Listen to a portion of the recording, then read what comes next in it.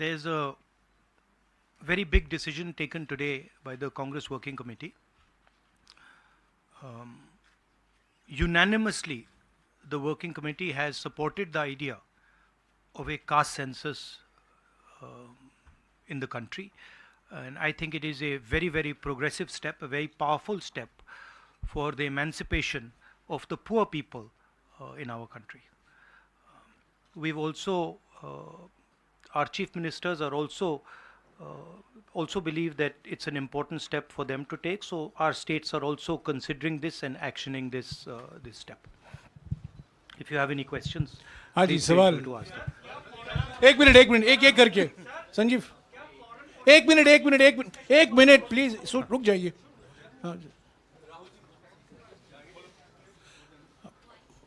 Rahul ji, the Congress has taken this decision of taking this caste census forward. Will the India Alliance parties also support you in this, because the Congress is unanimous in this? Whether all the other parties, because you are going to contest the elections together, all 26 parties are contesting the elections together, so will they also support, and will you seek their support? Well, the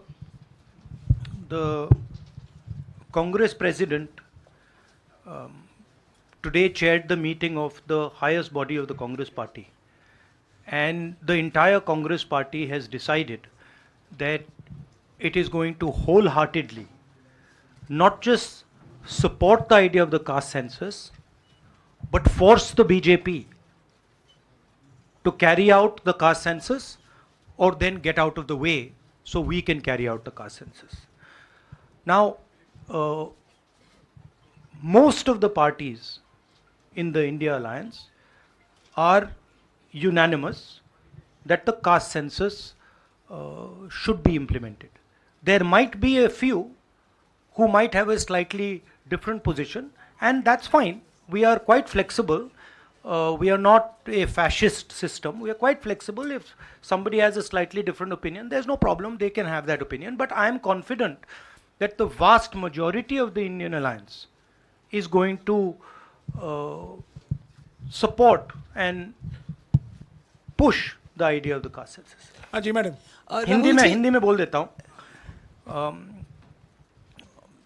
आपका सवाल था कि क्या India alliance भी caste census को support करेगी. तो मैंने कहा कि देखिए, कांग्रेस प्रेसिडेंट ने हमारी जो सबसे बड़ी डिसीजन मेकिंग बॉडी है उसमें निर्णय लिया है कि हम कास्ट सेंसस को इम्प्लीमेंट करेंगे. सिर्फ ये नहीं, मगर ये भी डिसीजन लिया है कि हम बीजेपी पर दबाव डालेंगे और उनसे करवाएंगे. अगर उन्होंने नहीं किया तो फिर उन्हें परे हो जाना चाहिए, क्योंकि देश कास्ट सेंसस चाहता है. अब जहां तक इंडिया अलायंस की बात है, मैं जानता हूं कि काफी पार्टी इंडिया अलायंस में इस निर्णय का समर्थन करेंगी.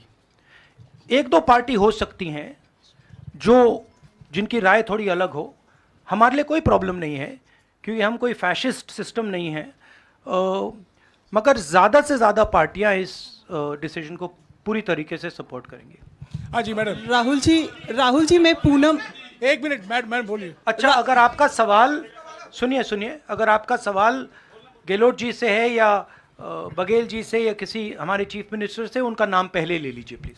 राहुल जी मैं पूनम हूँ, अमर उजाला से. इधर मैं ये आपसे जानना चाहती हूँ कि राजस्थान ने कल रात को ही जातीय जनगणना को लेकर अपना जो रुख है वो साफ कर दिया है. आज से 5 राज्यों का चुनावी बिगुल बच गया है. तो क्या ये माना जाए कि ये 5 राज्य जो हैं वो कांग्रेस का लिटमस टेस्ट होंगे भारतीय जनता पार्टी के ऊपर दबाव बनाने के लिए कि वो जातीय जनगणना कराएं? देखिए, ये जो आपके शब्द हैं लिटमस टेस्ट, ये केमिस्ट्री में चलते हैं, ये राजनीति में नहीं चलते हैं.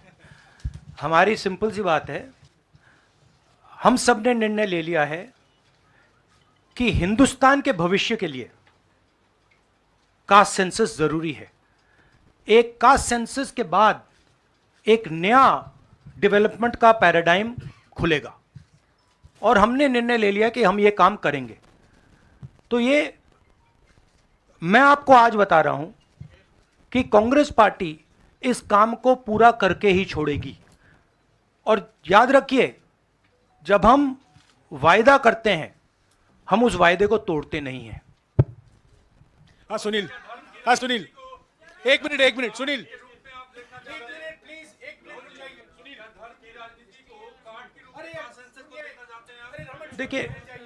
देखिए नहीं, मैं इसका जवाब देता हूं। देखिए, ये कास्ट और धर्म की बात नहीं है, ये गरीबी की बात है। हिंदुस्तान के ओबीसी, हिंदुस्तान के दलित, हिंदुस्तान के आदिवासी और हिंदुस्तान के गरीब लोग, इनके लिए यह काम किया जा रहा है। आज क्या हो रहा है, दो हिंदुस्तान बन रहे हैं, एक अदानी जी वाला और दूसरा सबका। कास्ट सेंसस साफ दिखा देगा कि हिंदुस्तान में लोग कितने हैं, कौन है, और हम वहां नहीं रुकेंगे। उसके बाद इकोनॉमिक सर्वे होगा तो हमें यह भी पता लग जाएगा कि कितने लोग हैं, धन किसके हाथ में है, धन कहां है, एसेट्स किसके हाथ में है। और फिर जैसे मैंने कहा, जो एक्सरे हमें, और मैं कहता हूं शायद इसमें मेरी भी गलती है, जो हमने पहले नहीं किया उसको अब हम पूरा करके दिखा देंगे, क्योंकि इस एक्सरे की जरूरत है। अगर हम नया पैराडाइम, नया डेवलपमेंट का पैराडाइम चाहते हैं जहां सबको न्याय मिले, उसके लिए हमें कास्ट सेंसस करना ही होगा। हाँ Sunil, Sir, you've heard the Prime Minister in Hyderabad, give his counter to the caste census and about, the rights and what will happen to southern states and the various things. How do you view that? And also for the Karnataka Chief Minister, why doesn't he go ahead with the release of the caste census data? We are in discussions. We are very clear what our direction is. Those actions will be taken.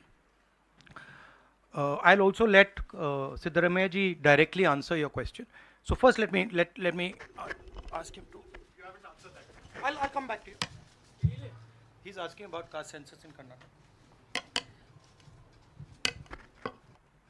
Our previous government in Karnataka, that is, the government, our Congress government was there between 2013 and 2018. Normally he doesn't need a mic.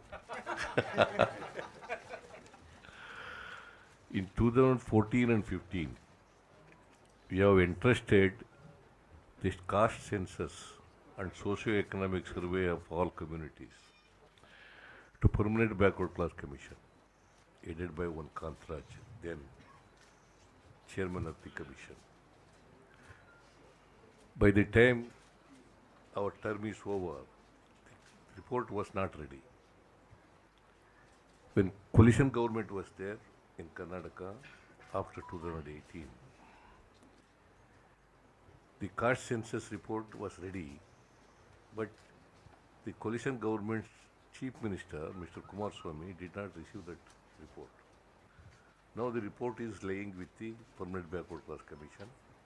I requested now the present chairman, Mr. Jayaprakash Hegde, to submit the report to the government. If he submits the report, he will definitely issue the report.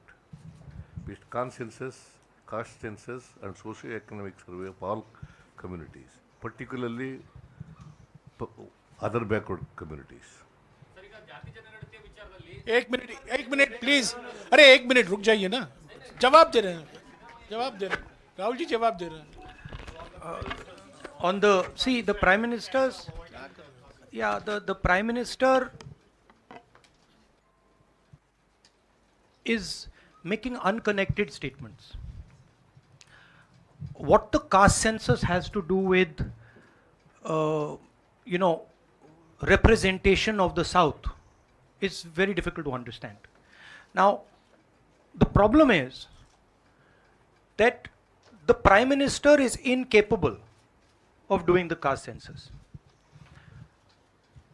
I'd like to point out something quite interesting. There are हमारे 4 chief ministers हैं, 4 में से 3 OBC वर्ग के हैं. BJP के 10 chief minister हैं, एक ओबीसी वर्ग के हैं, और वो भी कुछ ही दिन में चीफ मिनिस्टर नहीं रहेंगे। तो बात बहुत होती है ओबीसीज की, मगर नरेंद्र मोदी जी को यह बताना है कि ओबीसीज के लिए आपने किया क्या। मैंने पार्लियामेंट में उदाहरण दिया कि 90 अफसरों में से 3 अफसर ओबीसी वर्ग के हैं। नरेंद्र मोदी जी ने उसके बारे में कुछ नहीं बोला। उन्होंने यह भी नहीं बोला कि हां यह गलत है, उन्होंने बोला, एक शब्द नहीं बोला। मतलब उनके लिए यह एक्सेप्टेबल है कि हिंदुस्तान में जिनकी शायद 50% आबादी है अप्रोक्सीमेटली, उनका सरकार को चलाने में कोई भी हक ना हो।